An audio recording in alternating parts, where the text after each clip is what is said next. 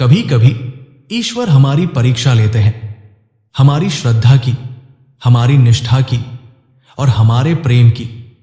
कहते हैं संसार में अगर कोई रिश्ता सबसे पवित्र है तो वो है सच्ची मित्रता। और ऐसी ही एक अद्भुत कहानी है भगवान श्री कृष्ण और उनके बाल सखा सुदामा की। वो सुदामा जो निर्धन थे, मगर उनके मन में भक्ति का अथाह सागर था, और वो कृष्ण जो द्वारका के राजा थे, पर मित्रता के आगे झुकने वाले परमेश्वर भी। पुराने समय में एक छोटा सा गांव था पोरबंदर के निकट। वही रहता था एक ब्राह्मण, नाम था सुदामा। वो पढ़ा लिखा, संस्कारी और अत्यंत धार्मिक पुरुष था, पर गरीबी ने उसे इस कदर जकड़ा था कि उसके घर में कभी पूरा भोजन तक नहीं होता था। उसकी पत्नी सुशीला अत्यंत धर्मपरायण थी। वो रोज कहती, सुशीला, प्राणनाथ, भगवान श्री कृष्ण तो आपके बाल सखा है, क्या उन्हें एक बार अपने हाल का पता नहीं बताना चाहिए?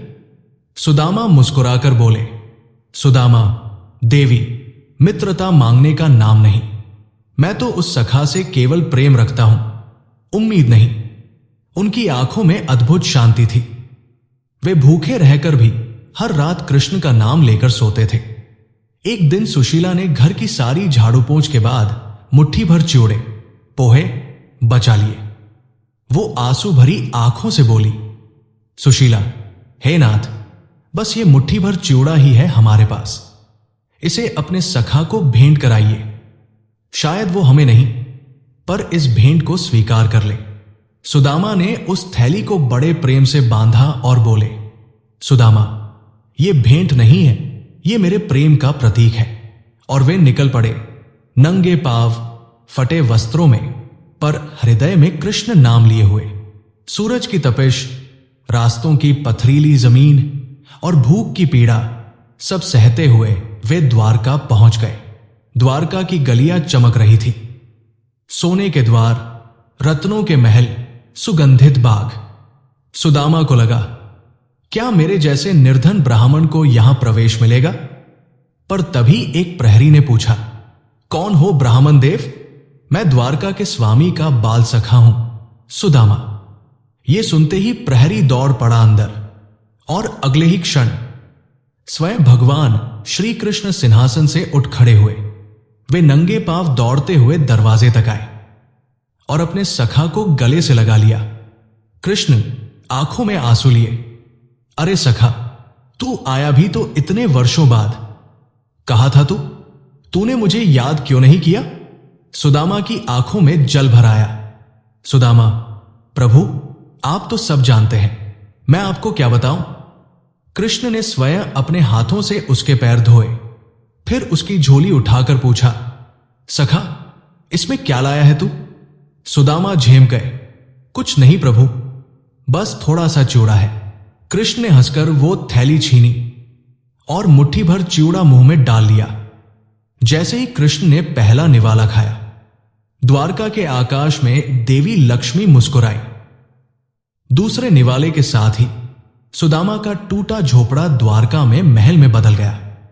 तीसरे निवाले से पहले रुकते हुए रुक्मिणी ने कहा, प्रभु, बस कीजिए, अब सुदामा के लिए सारा ब्रह्मांड ही स्वर्णमय हो गया है। अगले दिन सुदामा जब अपने गांव लौटे तो सामने जो दृश्य था वो किसी स्वप्न से कम नहीं। वो टूटी झोपड़ी अब दिव्य महल बन चुकी थी। सुशीला रेशमी वस्त्रों में थी और घर में अनाज, गाय, सोना सब भरा था, पर सुदामा के चेहरे पर वैसी ही विनम्र मुस्कान थी। वो बोले, देवी, देखो, जब प्रेम सच्चा हो तो भगवान स्वयं हमारे द्वार खोलते हैं, पर हमें कभी मांगना नहीं चाहिए, बस भक्ति रखनी चाहिए। श्री कृष्ण बोले, हे सुदामा, जो मुझे प्रेम देता है मैं उसे संसार का हर सुख देता हूं, पर सबसे बड़ा वरदान संतोष का देता हूं। संसार का वैभव क्षणिक है, पर सच्ची मित्रता और भक्ति अमर है। हे सखा, तूने जो चिवड़े मुझे दिए वो मेरे लिए स्वर्ण से भी अधिक मूल्यवान है। फिर मुस्कुराकर कहा, क्योंकि जहां प्रेम है वहां मैं हूं। यह कथा हमें यही सिखाती है कि भगवान के द्वार पर धन नहीं, भावना मायने रखती है। सच्चा प्रेम वह है जो किसी लाभ की इच्छा से नहीं, बल्कि केवल आत्मा से जुड़ा हो। जब श्री कृष्ण ने सुदामा का हाल देखा तो उन्होंने सिर्फ उसके जीवन को नहीं बदला, बल्कि संसार को यह सिखाया कि भक्ति, सच्चाई और मित्रता यही असली संपत्ति है। पत्र पुष्प फल तोय यो में भक्त्या प्रयच्छति ततः भक्त्युपहृतमश्नामि प्रयतात्मन। जो कोई मुझे प्रेम पूर्वक पत्ता, फूल, फल या जल अर्पित करता है, मैं उसे प्रेम से स्वीकार करता हूं। वाचक प्रेरणादायक स्वर में। अगर इस कहानी ने आपके हृदय को छू लिया हो तो याद रखिए, भगवान को भव्य मंदिर नहीं चाहिए, बस एक सच्चा दिल चाहिए। जय श्री कृष्ण।